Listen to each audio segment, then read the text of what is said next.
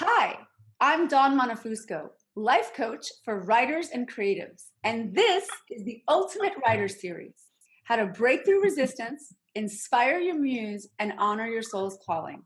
And today we have a very special guest with us, Dr. Judith Briles. She's an award-winning and best-selling author of 37 books. She delivers practical publishing advice and guidance. The outcome for her clients, they get a book with no regrets.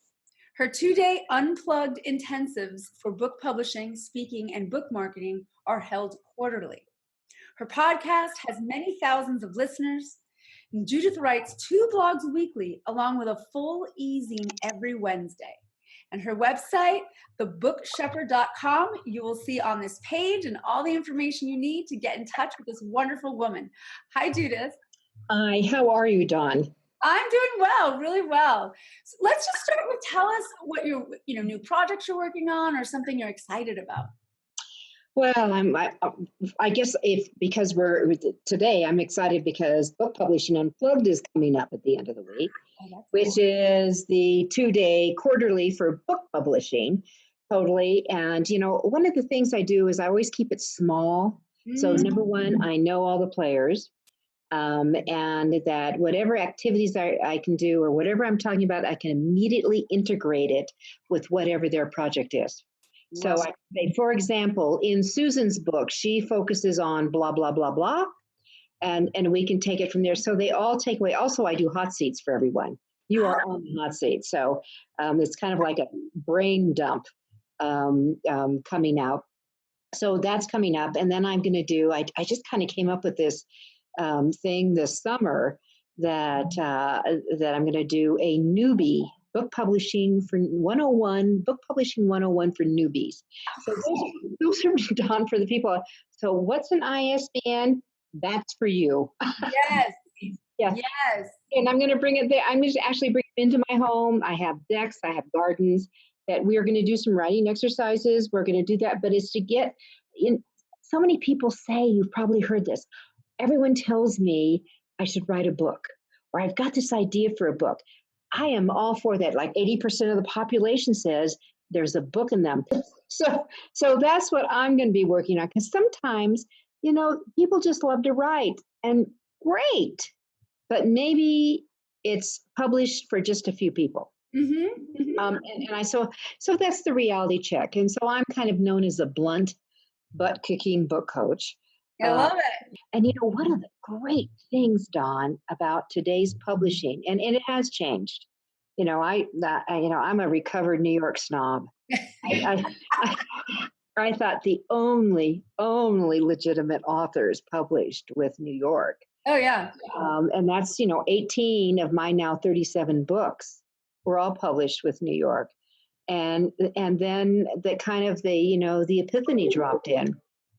And you start really looking at, what it is that pulls you together. What's your publishing outcome? Where is your power base? And I was speaking.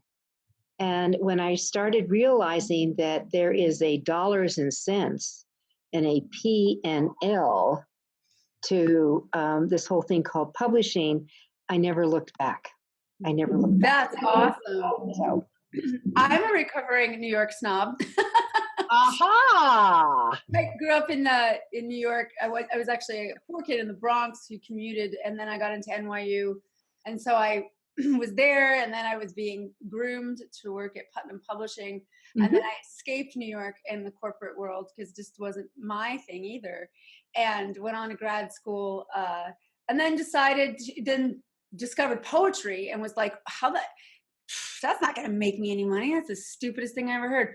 Because that was my attitude, right? Because if it's not the belief system, what did you say? It's the belief system. Yeah. And then the irony is that when I started getting on stages and doing poetry, but also talking about coaching and talking about what I was doing, it turns out that was the springboard to getting me clients and helping people in that way. So I am right there with you on that. Speaking thing is really fascinating. Speaking of all this, my question, which is interesting. So off camera, Judith said the coolest thing. She said, She said I was more the CWO, the Chief Writing Officer. Yeah. She's the CPO and the CMO. Tell us what that is again. So all authors in the journey start as the CWO, the Chief Writing Officer. That's right. That's right. Then they evolve to becoming the CPO, the Chief Publishing Officer. Gotcha. But they forgot, or they had the resistance of the heels in, because they'd really rather be writing. Okay. Yeah. You know, I'd rather be writing, but I'm going to propel you and throw you in to become the CMO, the Chief Marketing Officer. That's right. That was awesome. Yeah, because one of the things, you know, when I started publishing, my first book came out in 1981, June of 1981. St. Martin's Press was my publisher at that time. And that I was a kept author, Dawn. They took care of everything. I had tours. I had escorts everywhere I went. I had 3 printings in 3 weeks. Wow. In my first book. I mean, it did very, very well. It landed me instantly on GMA, Nice. America, and all that. And that was the norm. Mm-hmm. That was the norm. I remember that, actually. I remember those days. It was very specific. It's not that way anymore, everybody. Mm-hmm. It's not that way. Even if you land a traditional publishing deal, which roughly is less than 2% of books that are submitted. Got it? If you land one of those, okay, so now you're going to take a deep breath because your book will come out anywhere from usually now 18 months to 24 months. Mm-hmm. That's the span. Mm-hmm. So and I always say this, Dawn, to my nonfiction authors, your book will be out of date. If your book is really important, you better get off your tush and figure out this thing called publishing, because you are the publisher, and learn how to do it right. Mm-hmm. So that's the first thing to understand. Fiction is different. Mm-hmm. Fiction is a little different. But the reality is their expectation from New York is that you are the CMO. Mm-hmm. Oh, they'll do a press release. Mm-hmm. You know, they'll do it, and they'll see when they throw that up there if it has legs, if it has the Velcro factor. Mm-hmm. And it used to be, Dawn, when you and I started publishing, at least when I did, a book had a good 6 weeks to 2 months to see if those legs would stick. Yeah. And drill down and root in. And then they would come in and do more behind you. You're lucky to get 2 weeks now. Yeah. Yeah. Oh, yeah. So it means that for all of us who are writing, and I was not trained as a writer. I started writing when a guy by the name of Art Bookwald took some of my ideas and published them in his column after he had dinner with me and never told me. That was the tipping point that said, okay, Judith, you better start taking some of your own ideas and get them out because other people will take them. Yeah. No one told me, Dawn, that books breed books. And I bet you no one told you that poetry breeds more poetry. Did not understand that for the life of me. The only reason I even went, that I was working with at-risk youth, actually. We got a big grant from Bill Gates Foundation, and I was wearing all these hats. Yeah, I was wearing all these hats. A little bit there. Yeah. That we started, we were founding starters here in Portland. Now we have them in 17, I think we have 20 states around the country to help dropouts get back into school. And one of the ways that I did it was through the creative writing process. When they could express, that was a real, they were being heard to kind of thing. Perfect. Then I was like, well, I'm not writing at all.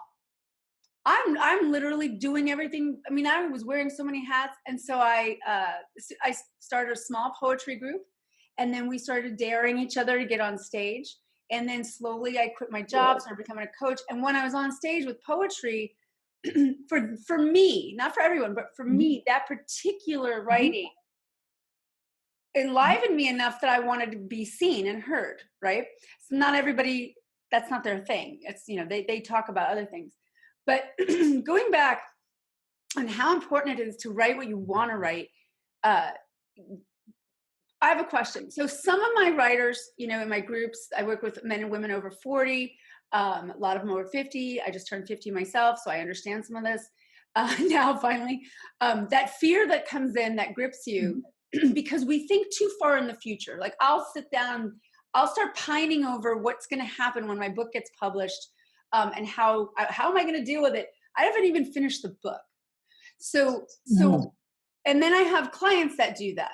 And what I've noticed is when you take out worrying about the future first and be very authentic in what you really know in your heart of hearts that you've got to get out of you, that writing is a lot stronger than when you're frozen worrying about something that hasn't even happened yet.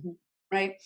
But it's important, like you said, to start to also have like a tentacle out there thinking about the marketing, thinking about the publishing, but again, not having it get in the way of the writing, but be more of a complement to it. What kind of advice maybe would you give to someone who's a little bit scared, but hasn't even finished the book yet?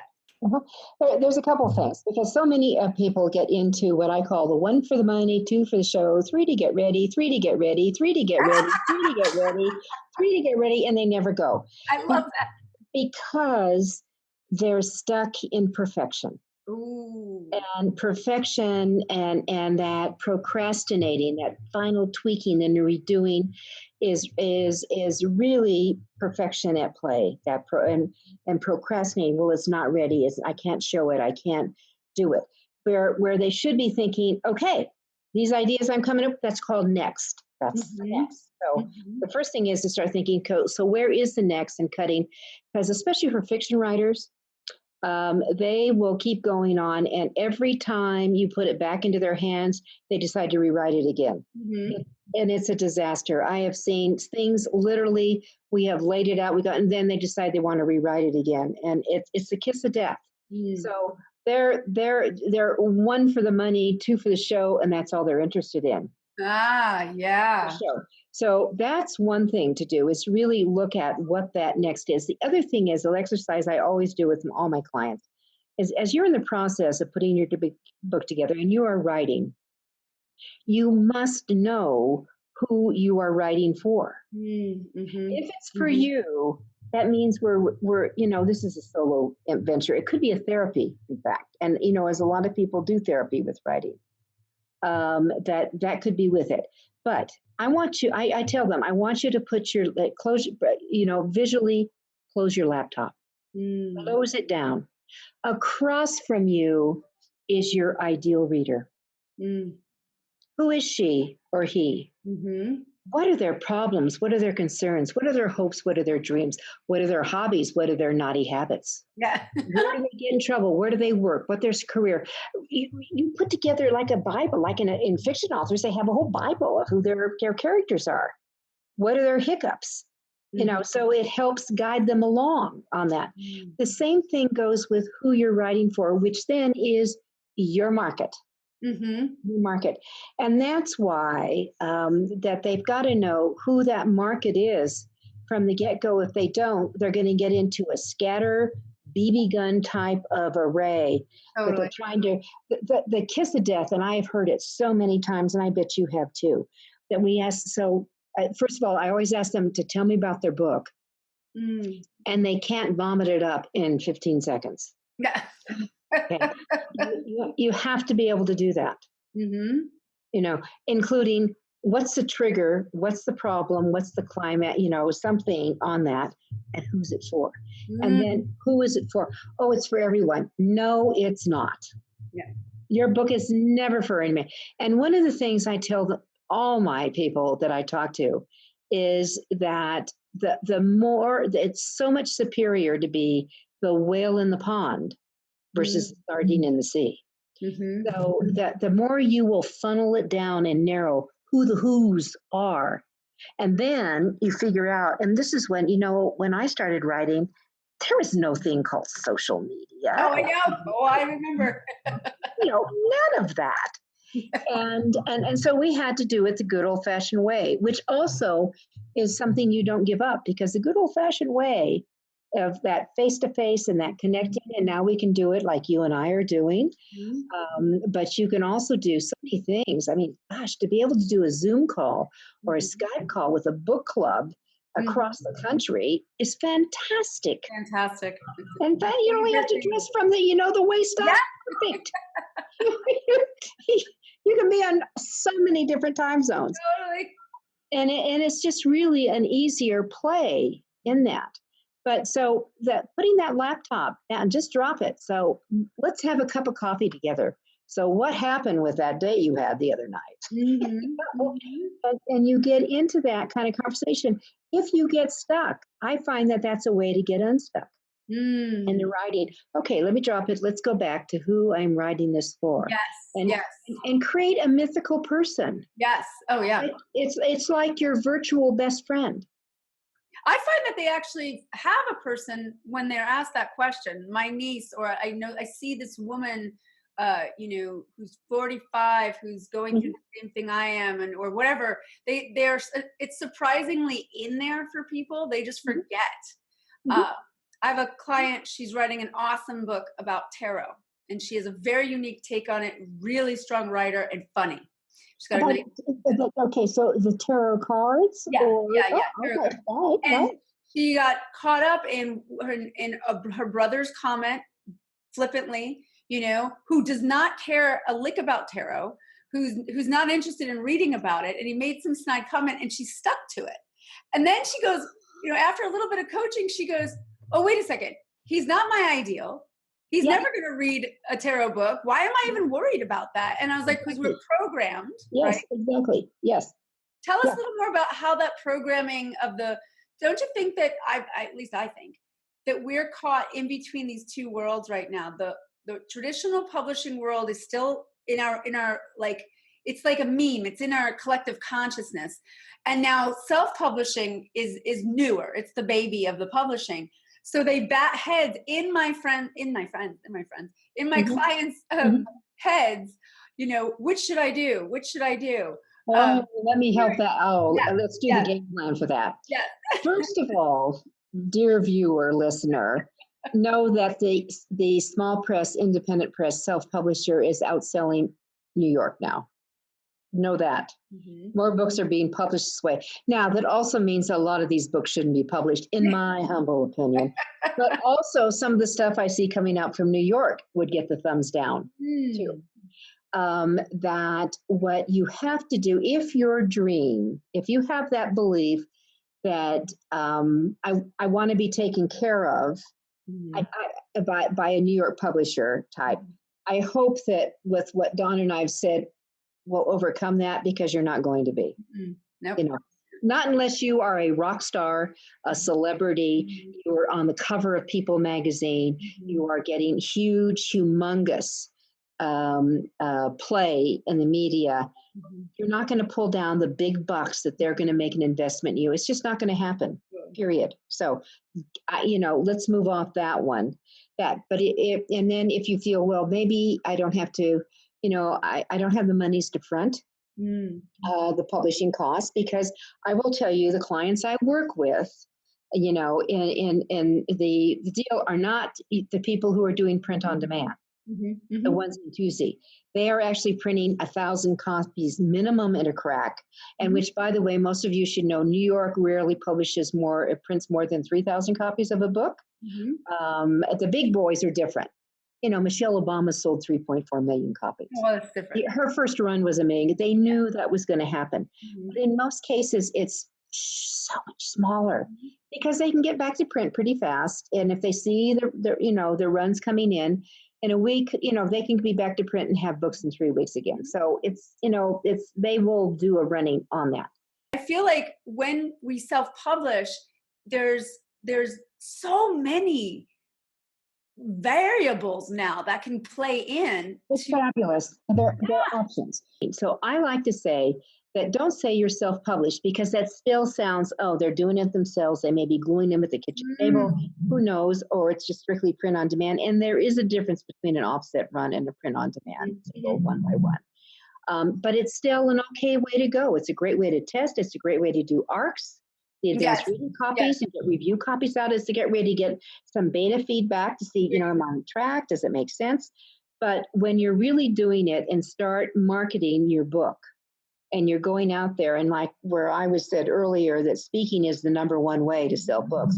When you start finding those clubs, those groups that have the pain your book addresses, you will sell caseloads of books.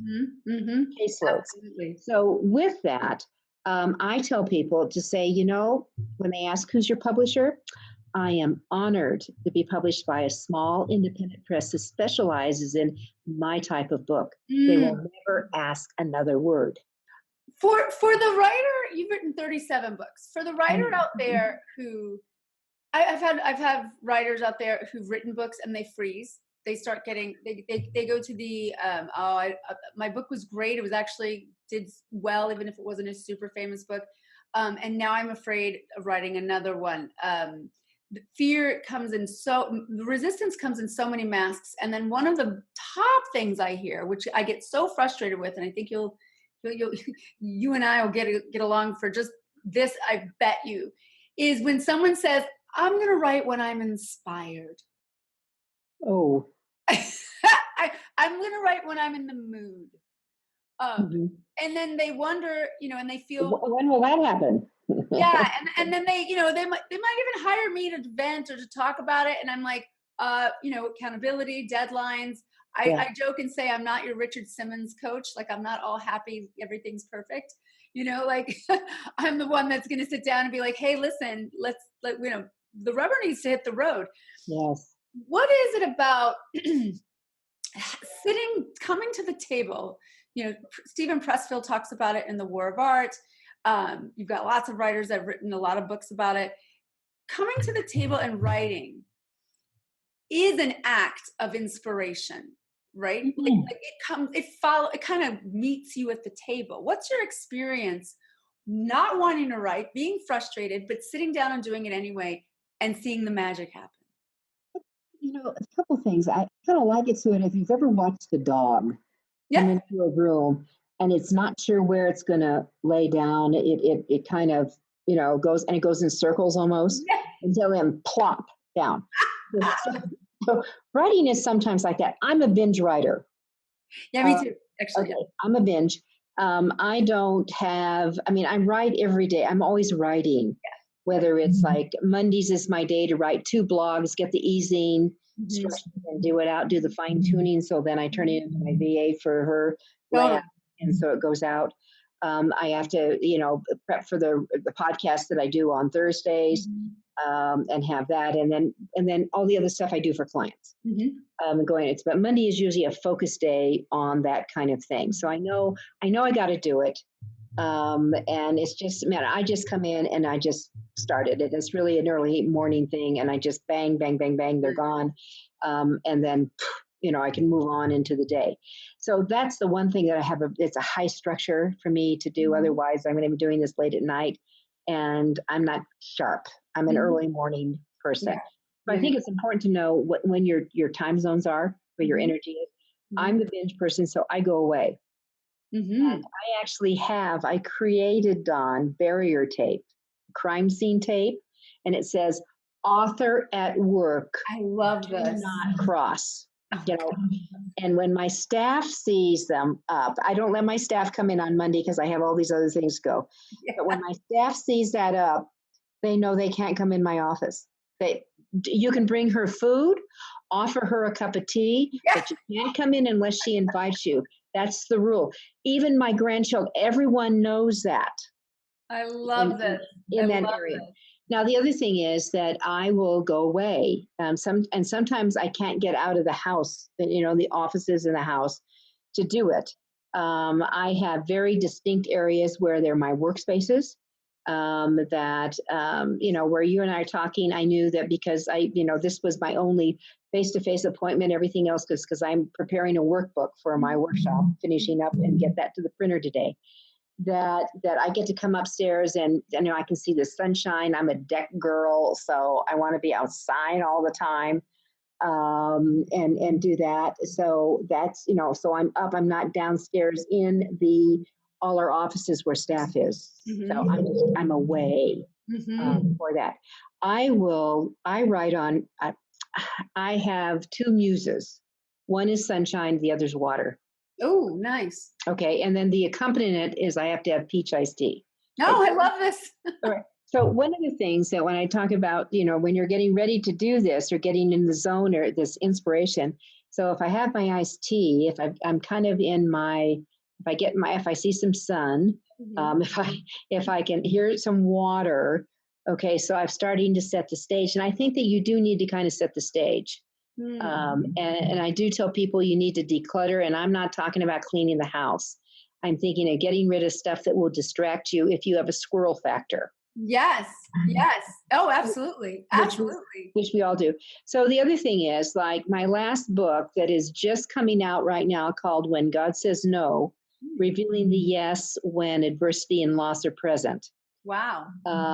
I wrote the entire book in 6 days. Nice. And I mean, and books today, one of the things that everyone needs to realize, that books really, unless you're doing some of the fiction, but in overall, books are shorter. And this book is, it comes in under 50,000 words. And it was a rewrite that I added on, and it's really my own journey and my own story. It opens on the death of my 19-year-old. And just really that recovery, from it was just a fluky accident. These things happen, and it turns your whole life. Flips. It's a flip. And so it was a book that I had published years and years ago, and I had always wanted. People said, you need to get it back out. I still have your book that was written in 1990 by my bedside, and I'm going, really? You do? Wow.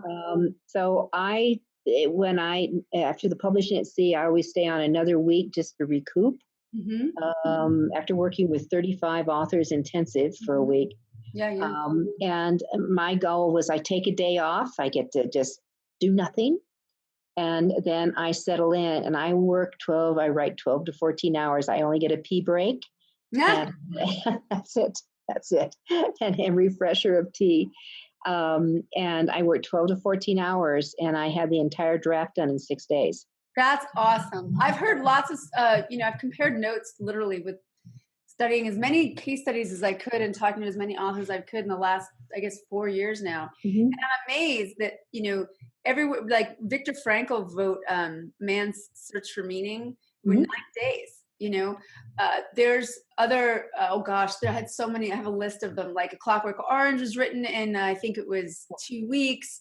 I forget about Frankenstein. Basically I have a list. A lot of the classics are really bang. And I think that what you and I are both saying is that when you're in the zone, don't let anything interrupt you. Yes, that's exactly right. Yes. Don't let it. You just keep going and until you're exhausted. Yes. And if you need to take a break, here's another thing that, a lot of people think they have to get all ready to go, and that, if you're still in your jammies and if you're going in, you don't need to brush your teeth. I agree with you on that. Yes. If you need to take a break, if you need to take just a stretch walk, then you can go brush your teeth if you feel it. But you really don't need to do any of that once it hits. So I've never been someone that, you need to write every day between 4 in the morning and 7. Yeah. That's not my thing. Although I actually do a lot of writing during that time because I'm an early bird.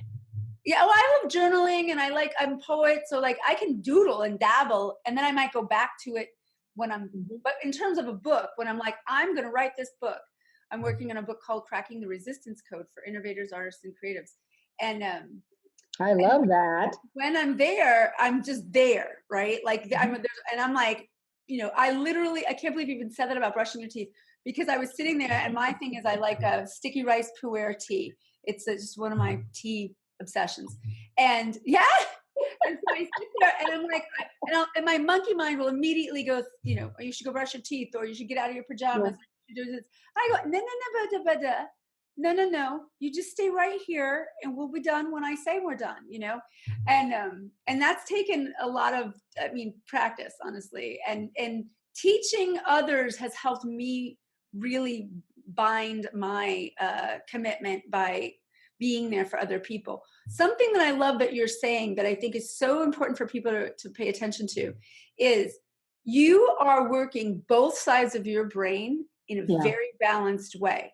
When you let go and you let that right brain flow, you're saying, hey, listen, I'm in the zone, I'm in the flow, I'm just going to let this ride because I can channel.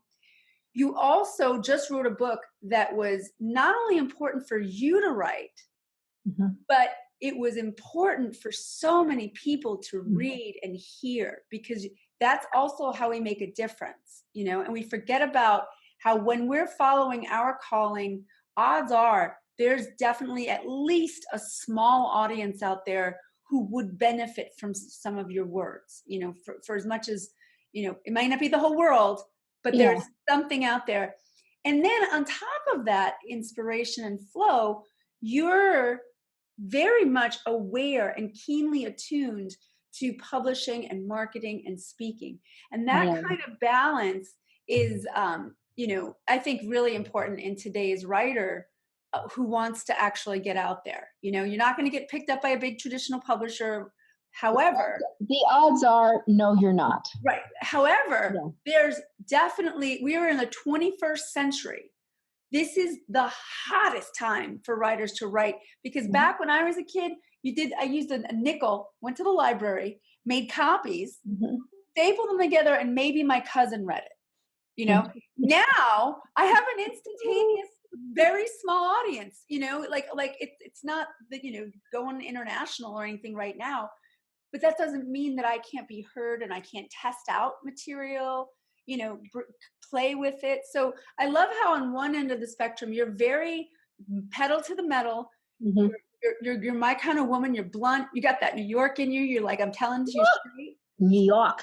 The New York in you. And at the same time, you carry the magic with you. At the same time, you're encouraging just to go for it, you know? And I really love that. I love to encourage people to stretch themselves and do that. And you know, when you go back to, so where does it all start, or how do I get my time in? The question you said, so let's say your first book did okay. People liked it. You had good reviews, good reception, sales were okay, and going along. So what happens if the next one's a flop? All right. So, you know, we both know I've done 37 books. Which ones have done the best? Because some have done the best. And have I had some breakout books? Absolutely. I've had several that have done well. Have some done not so well? Absolutely. And I think that you need to, all of us writers and authors need to realize that that you're not going to have a home run for everything. So I just want everyone to know that, you know, this is kind of like a little roller coaster ride. There will be wonderful, exhilarating highs that, whoa, yes, what happened here? And then you come out and there's a leveling and you come up again. But you always have ideas. And even with the writing of whatever you're working on, and maybe you've pulled stuff from it, well, don't toss it, delete it. Just create an old file, because you can come back to it, because it might be the seeds of a surprise. Yes. You know, the time just went by so fast. I love you. This is so great. What kind of inspiration would you want to leave the readers before audience, before we wrap up? And you're going to tell us about your free gift, but what kind of inspiration would you like to leave everybody with? All right, so here's the two of them. I mean, I wrote a book, which I would encourage all writers to get. It's one of those little gem books, which is my favorite. It's called Snappy, Sassy, Salty, Wise Words for Writers and Authors. And it's 250 of my wacko quotes. Two of them I think that are really important is, one, do not do well what you have no business doing. So important. Wow. Especially when you're in your writing zone and your best friend says, oh my God, Judith, you've got to catch up with me. They are having the most amazing sale at blah, blah, blah. I'm going to have to do, I said, guess what? You know, I just did a deal of 4 of my most important things, and going to a sale didn't make it. So I'm a pass today. All right. So that's one. Don't do well what you have no business doing. And this is the other. If you never say no, your yeses are worthless. Ooh. Never say no, your yeses are worthless. So when you're in your writing zone or your publishing zone or your marketing zone or whatever zone you've chosen to be in, that you're going to have to kind of say no. And that includes to kids, to spouses, to relatives, sometimes to best friends, because you're in where you're supposed to be.